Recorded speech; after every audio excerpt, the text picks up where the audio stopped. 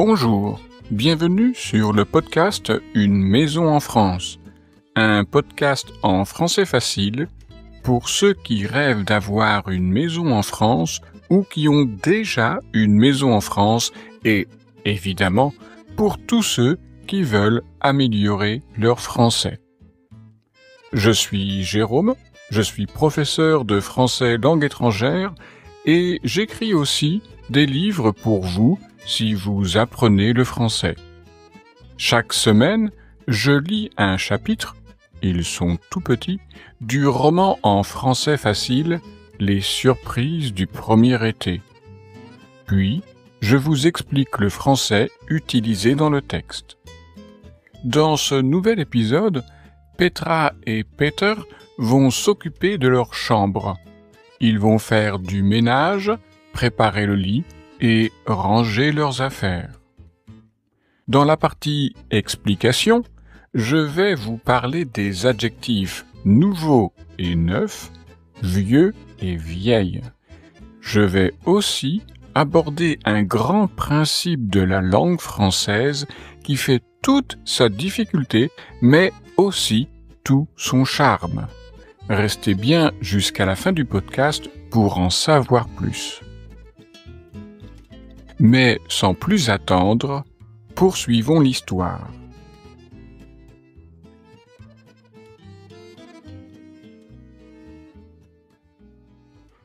Objectif numéro 1, la grande chambre. Petra et Peter vont s'occuper de la pièce où ils vont dormir ce soir. Ce soir et aussi toutes les nuits dans leur maison de campagne. Ils ouvrent grand la fenêtre pour aérer. Le lit est parfait, mais le matelas n'est pas en bon état. Le vieux matelas ira à la déchetterie. Dans la chambre, il y a encore une grande armoire. Dans l'armoire, il y a plein de vieux draps et de vieilles couvertures. On vide la chambre, mais on laisse le lit et l'armoire. Petra et Peter commencent un grand nettoyage. Ils ont trouvé un vieil aspirateur pour retirer la poussière. On lave tout, le plancher, les murs, le plafond, la fenêtre et les meubles. Quand c'est sec et propre, ils installent le nouveau matelas. Ils font le lit avec des draps neufs et la couette. Ils ont apporté aussi leur oreiller. Dans l'armoire, Petra range les vêtements. Peter met les valises vides dans l'autre chambre. Ça y est, c'est prêt. Ce soir, ils vont passer leur première nuit dans leur maison de campagne.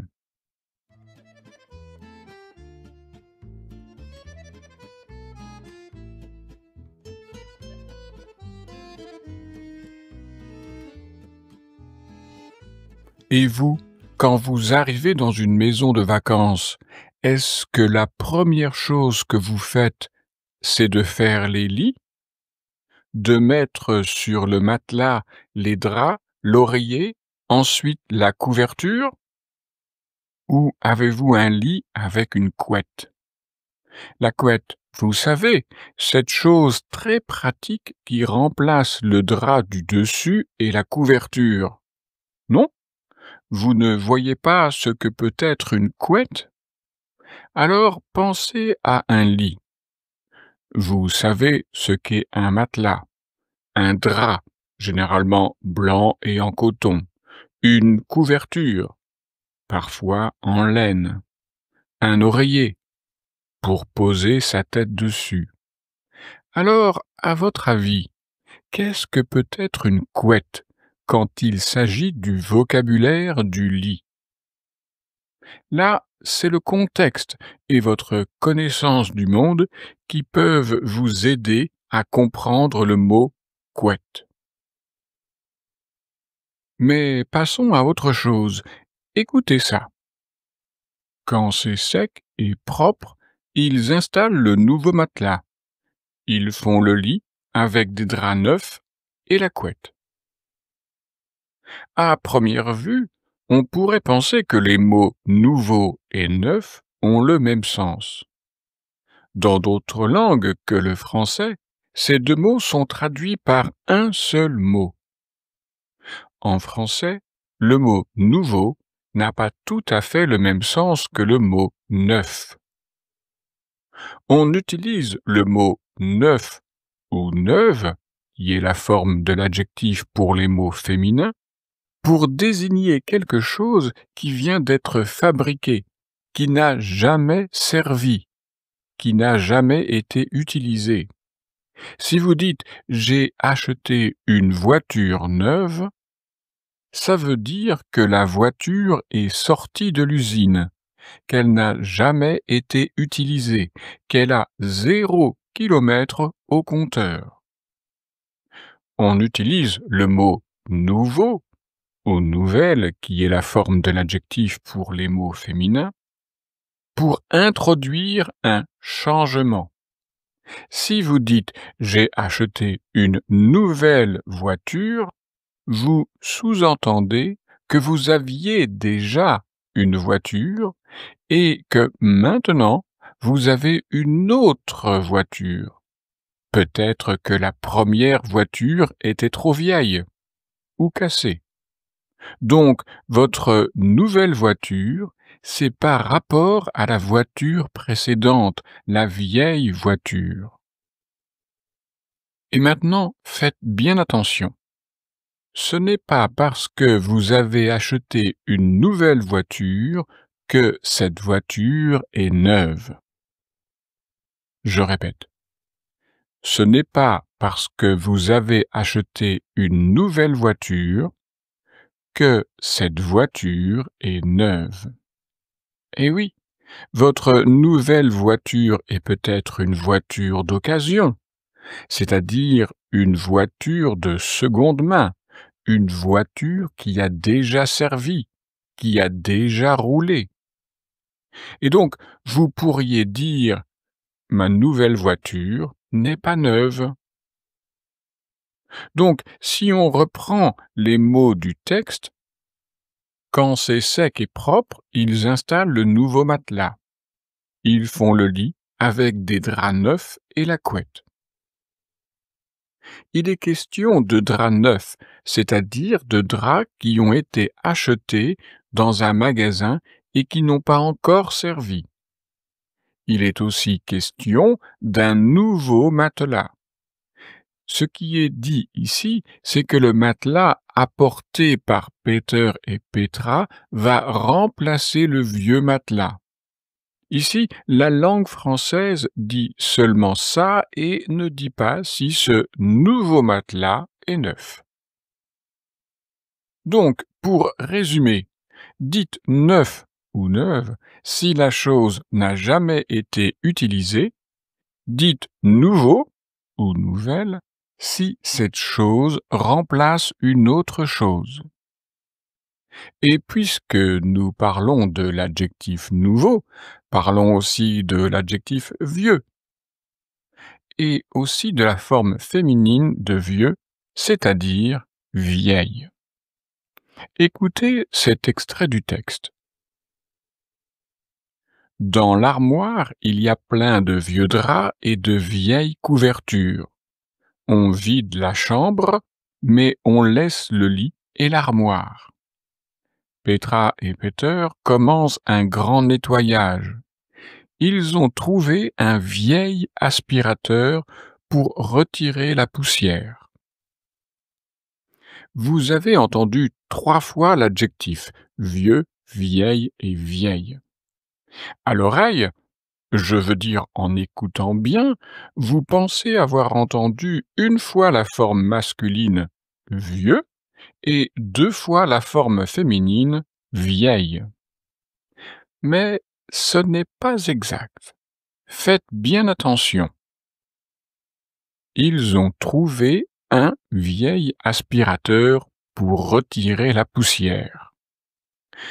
Vous avez bien entendu, un vieil aspirateur. Donc un aspirateur, qui est un mot masculin. Alors, pourquoi dit-on ici vieille ? Tout d'abord, il faut savoir que dans ce cas, l'adjectif s'écrit V-I-E-I-L,